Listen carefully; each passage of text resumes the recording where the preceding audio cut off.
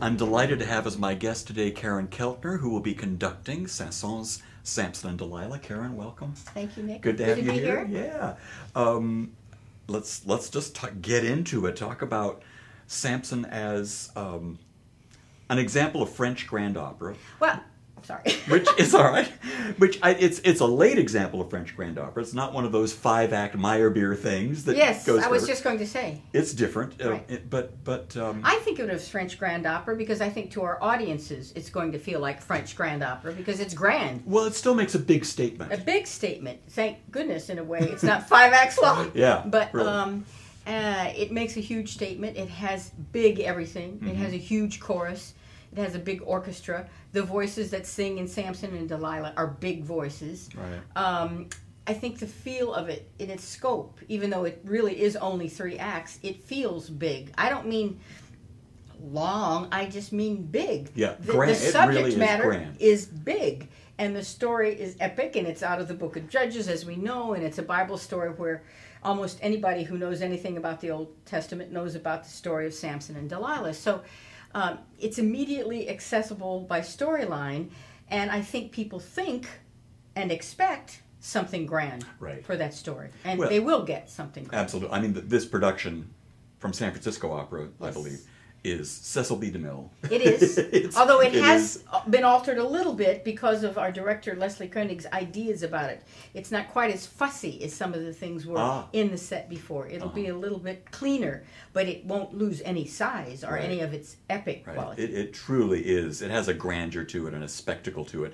And of course, this was part and parcel of real French grand opera. You had to have spectacle Yes. at the Paris Opera. Yes, you did, and you had to have ballet, and he certainly did that. Saint-Saens put a ballet in the first act, and also the big bacchanal in the last act, the third act. Now, I found it interesting.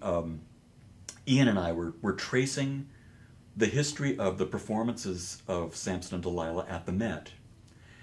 And the first time they did it, which was really early on, I mean, in the 1880s or 1890s. I think it was the like that. 1890s, if in fact it was at the Met. It was in New York, but I read something the other day that said it didn't appear at the Met till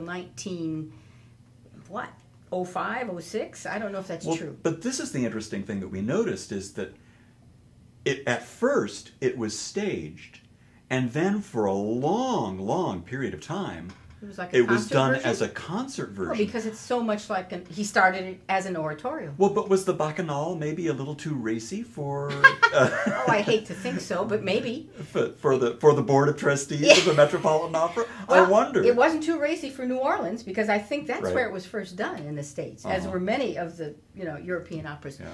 It might have been. Maybe it was a bit too racy. I often wonder about that because, of Do you course, they say- had such a problem with Salome.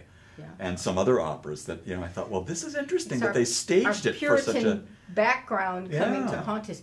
So, do you think when they did this, the non-stage, the concert versions, the Bacchanal was played? oh sure, it was played, but left to Well, that everyone's could have been- imagination, which is worse, of course. I was going to say the imagination can go many places that the stage doesn't. So, anyway. But to get back to your point that it was begun as an oratorio. Yes. I know I feel that there are those places where it still feels like an I oratorio, do, particularly the beginning. Oh, the opening, the big, And the big choruses. opening. Of course, it's very. I've heard comparisons to Mendelssohn, and I think it's not un-Elijah-esque at points. Yeah, exactly.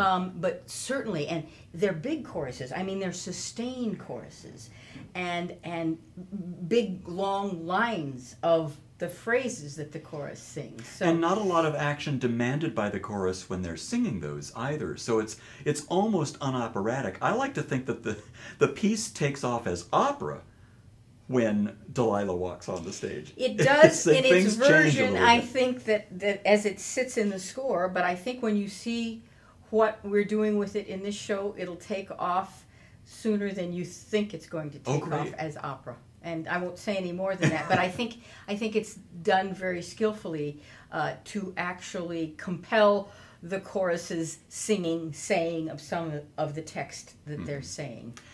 Now, I don't want to throw anything at you, Yeah, sure. but something that I thought about at the very beginning of this piece. Yes.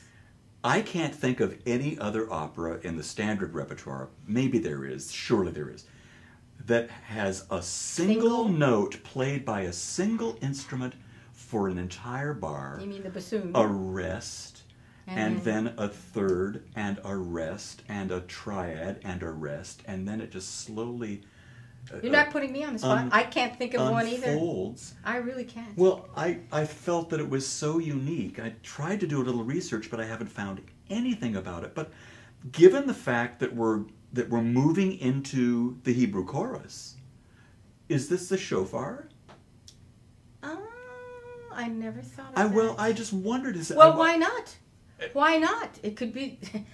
That's as good an answer as any, but that's very imaginative. Because he also, I think he gets it right in terms of the old Hebrew's prayer. Oh, that's a beautiful section. And the chorus that happens after that, the prayers of the Israelites.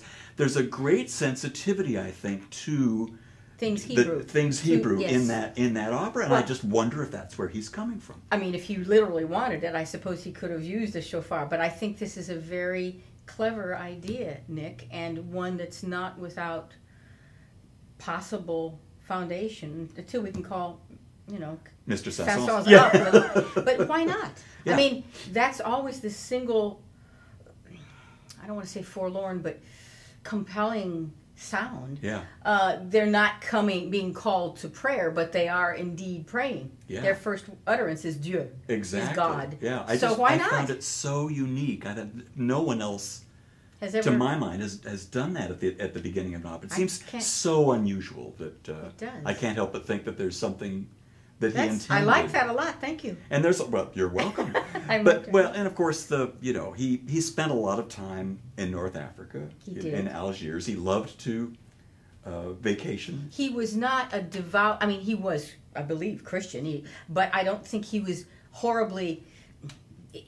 I've read accounts where he was more a humanist than a religious at all, a religious fanatic of any kind.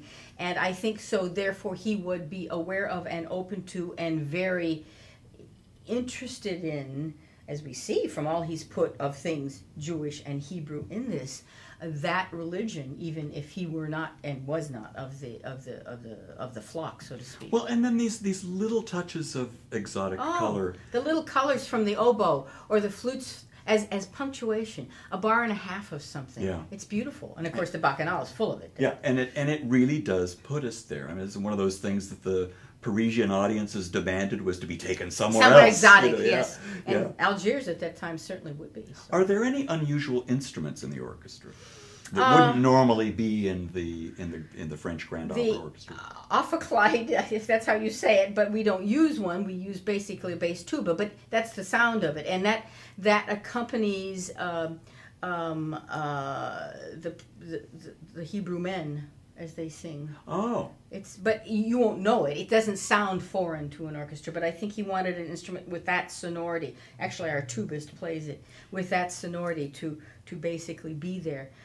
No, I don't think there's any exotic instruments in the orchestra, but I think they're made to sound exotic at times. The curvature, the sinuousness of the woodwinds at times, certainly of the use of the percussion, the Basque drum, that you don't have that always, but it's in the dance, the triangle. All of a sudden, we're immediately thrust into this exotic, rather Eastern or oriented, Moorish idea of things. It's a gorgeous score, and it's a beautiful score, and it's got such long, beautiful melodic lines. Yeah. And what I love to tell people who, they know the name Samson and Delilah, or they know it just as a catchphrase from the Bible, anything they knew about the Bible, but there's music in there they know without knowing they know it. Yeah, they will recognize it. Right. Certain things, certainly. And that which they don't recognize, they're going to love just by the sheer beauty and force of it. The demands made on a Samson to sit at that tessitura and sing the lines he sings. And he, French opera had to be dramatic in the way the French expected it to be dramatic. It's not dramatic à l'italienne, certainly. Or in the German sense. No, certainly not. Although it's interesting to me that this opera was not well received for a long time in France because it was thought to be too much under the influence of Wagner. Isn't that interesting? Well, and it premiered in Weimar. Well, it did, yes. So. And long before some years before it made it to France Yeah. with any kind of blessing. But I was about to say that what Samson sings, and music that no one would know, but you will be pulled into as he sings it, are these compelling lines that just picks up the audience and the listener to join him as he hears the voice of God speaking through his mouth. Yeah, yeah. No, it's exciting. It's a compelling It's opera. exciting stuff. You're up to your neck in rehearsals right now? Right. So how is that going? It's going well. They are going well. We have a beautiful, beautiful Delilah who's new to the production, Nadia Krasteva. She's new to us. Yeah. She's new to this role. So it's all new, but she fits it, and it fits her like a glove. I'll say no more, but she's, as I say, she's beautiful, and she's beautiful in the way that I think Delilah demands. Must be. Really, And she's tall.